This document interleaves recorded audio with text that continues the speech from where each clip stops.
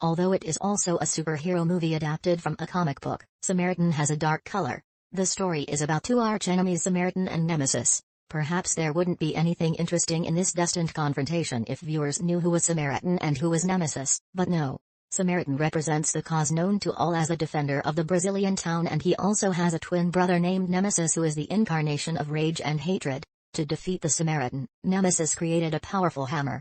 After that, he used a way to cut off power to the whole town, and then tricked Samaritan to the power plant. In that fierce battle, although the two brothers were equal in strength, thanks to the hammer Nemesis had the advantage. But not long after, here happened a big explosion.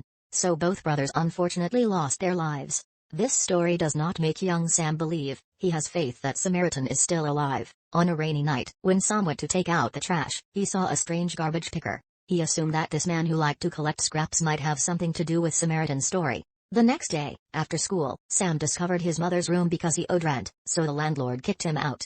Sam didn't know what to do, so he waited for his mother outside. At this time, the man was carrying an old radio over to the Sam. He asked the old man, "What is that?" He replied that this is radio. "Can you still use it?" He said it was broken. He wondered what he was doing with a broken radio. He said, "Why are you wearing a broken watch?" At this time, Sam's friend Elma came in front of him. He promised to help Sam collect some money to pay the rent. The two then went to an uninhabited house and pulled out some copper wire from the wall, along with the cans they had collected. The two teamed up to bring the items to a nearby scrapyard, but faced with a fraudulent salesman, they were paid only $6. At this time, a group of thugs came to the two boys, wanting to invite them to join the guild. Hearing that, Omar tells Sam he doesn't want to join these people, but Sam agrees to the curly-haired guy's suggestion. In the evening, Sam deliberately smeared ketchup on his face and burst into a convenience store. He deliberately shouted loudly to get the boss's attention. Meanwhile, opportunistic thugs sneak in to get cartons in the store. When the owner found out, they had run away, but when they opened it, they found that it was full of French fries.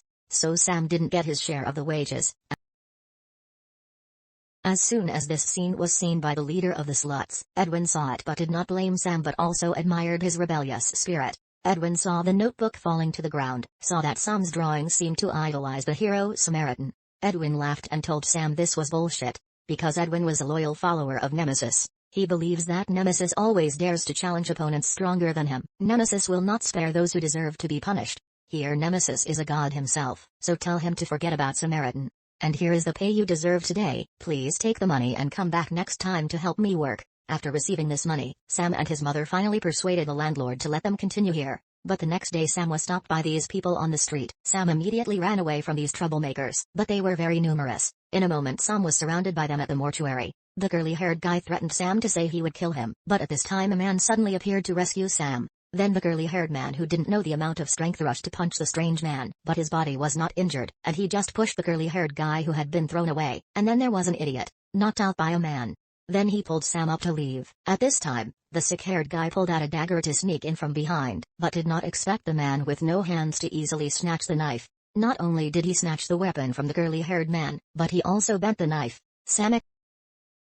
At a police station archive, Boss Edwin took out a strange object and placed it in front of the officer. After that, he conveniently dropped the cup into the drawer below and revealed a devilish smile. A bang sounded. The electricity in the room suddenly turned off. Then these thugs go to break the safe in the warehouse. Their goal is not the money stored in this. Their targets were carry-on suitcases, in which were two mysterious masks of different shapes. The boss continued to open another iron chest. As soon as it was opened, a mysterious blue color appeared. A ruby-encrusted papyrus appeared before his eyes.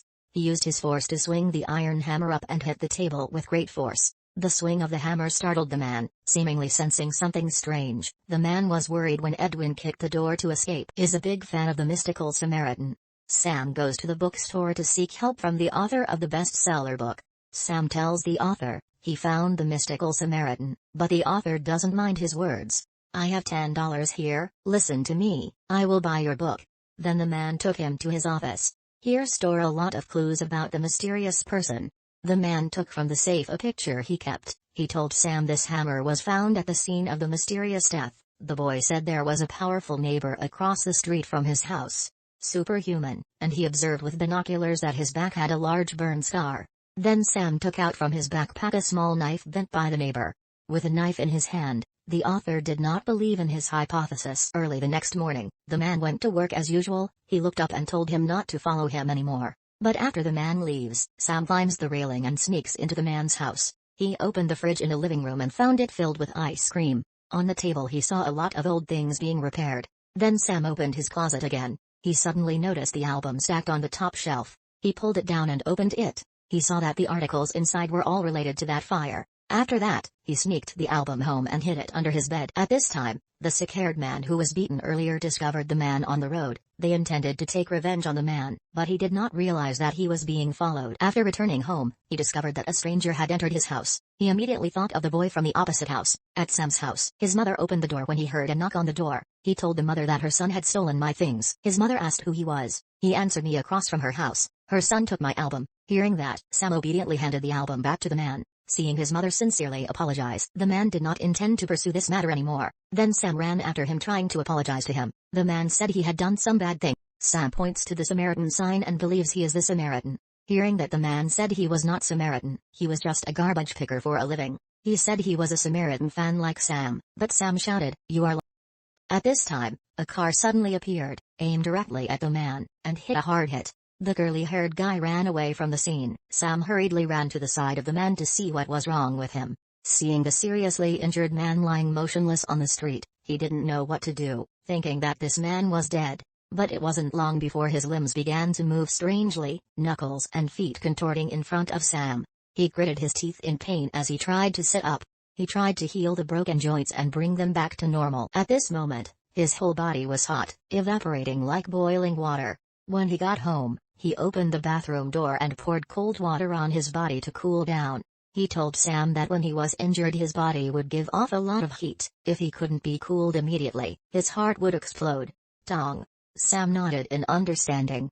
At the same time, he curiously asked his twin brother if this also happened, but the man said not to mention that person's name in front of him in the future. At the same time, a group of gangsters in the area are preparing a riot plan. They will drop an electromagnetic pulse bomb into a nearby sewer. After a series of loud explosions, the entire area lost power. Then, the boss of the gang put on a special mask and walked in front of everyone. He began to incite groups of people abandoned by the town to claim what belongs to him. The news also continued to report throughout the night about this riot, but the man didn't care. He was still on his way to work as usual, but now Sam was sneaking up behind him. He said to the boy, "What do I have to do to make him stop following me? Throw him under the bus so he won't follow me, right?" Then he had to take Sam with him on the bus. He told Sam he was nothing more than a recluse now. If he told him to stay with someone else he would be miserable. But Sam thinks that a kind man who helps people will not be a loner. Then they went to a scrap factory, but at this time, there was a person who was always looking at his phone, not looking at the road, and crashed into him.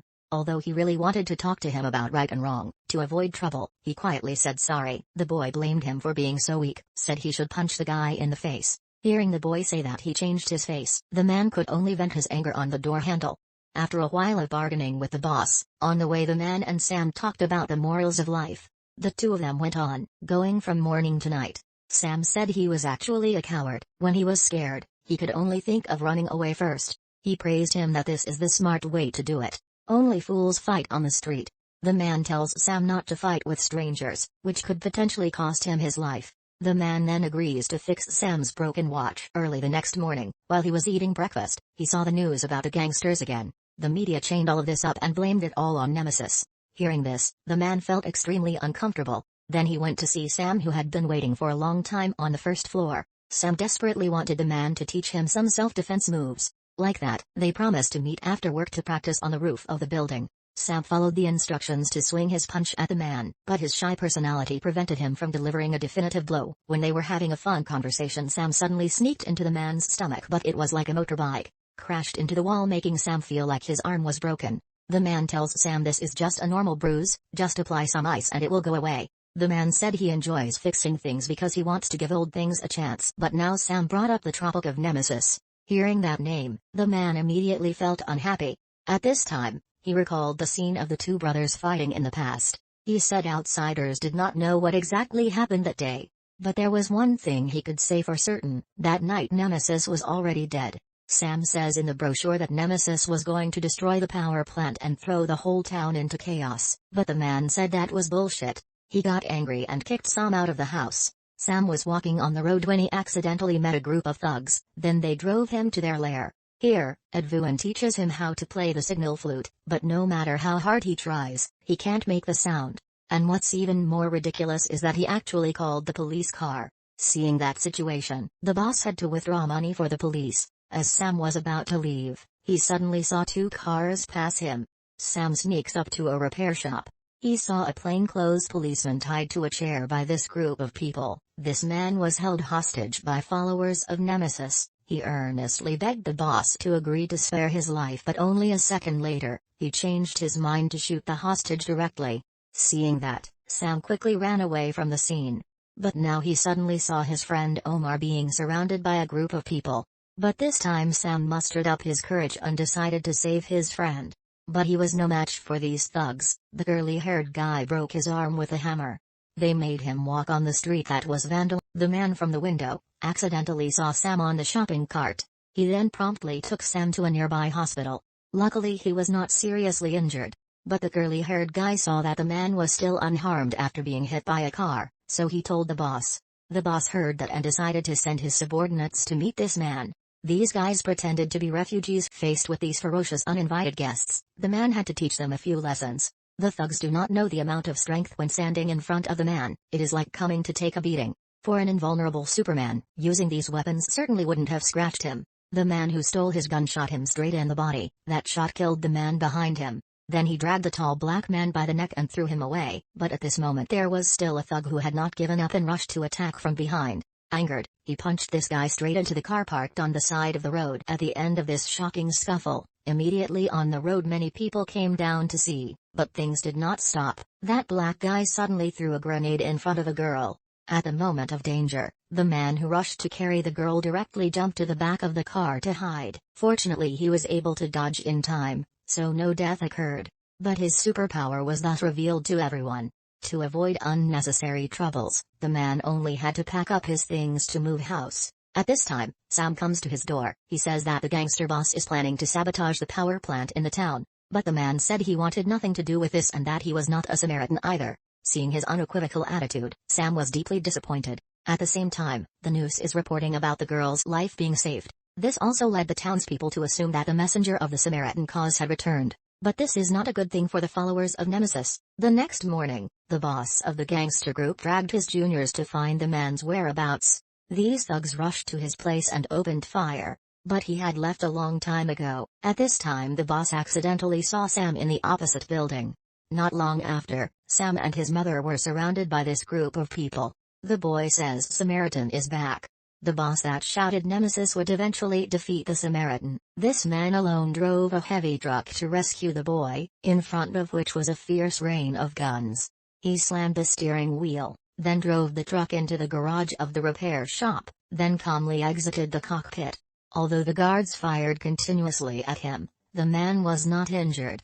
He picked up a tire on the ground and threw it at the thugs in front of him, then took a fire extinguisher as a weapon. He looked around assessing the situation. Suddenly heard Sam's cry for help.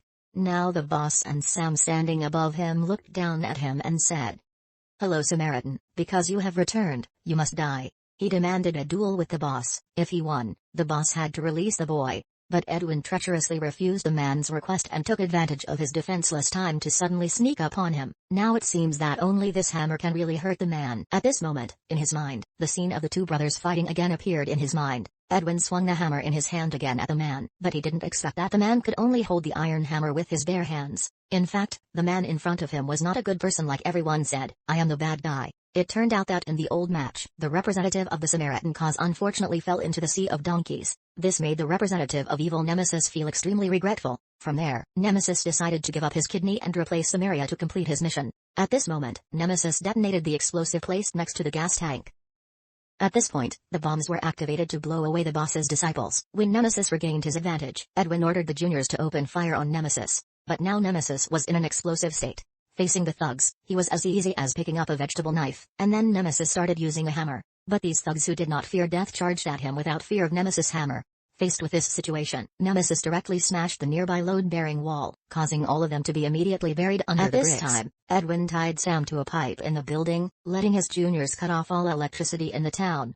That would add countless more Nemesis followers to the streets, but the real Nemesis was having to stop all of this from happening. After seeing Nemesis' true appearance, the thugs hid in the elevator in fear, but this also often gave Nemesis a one-shot chance of catching them all. After many efforts to find Nemesis, Sam was found, but the very hot temperature in the room made his body begin to weaken. At this moment, Edwin picked up the hammer from the floor, rushed to sneak attack Nemesis.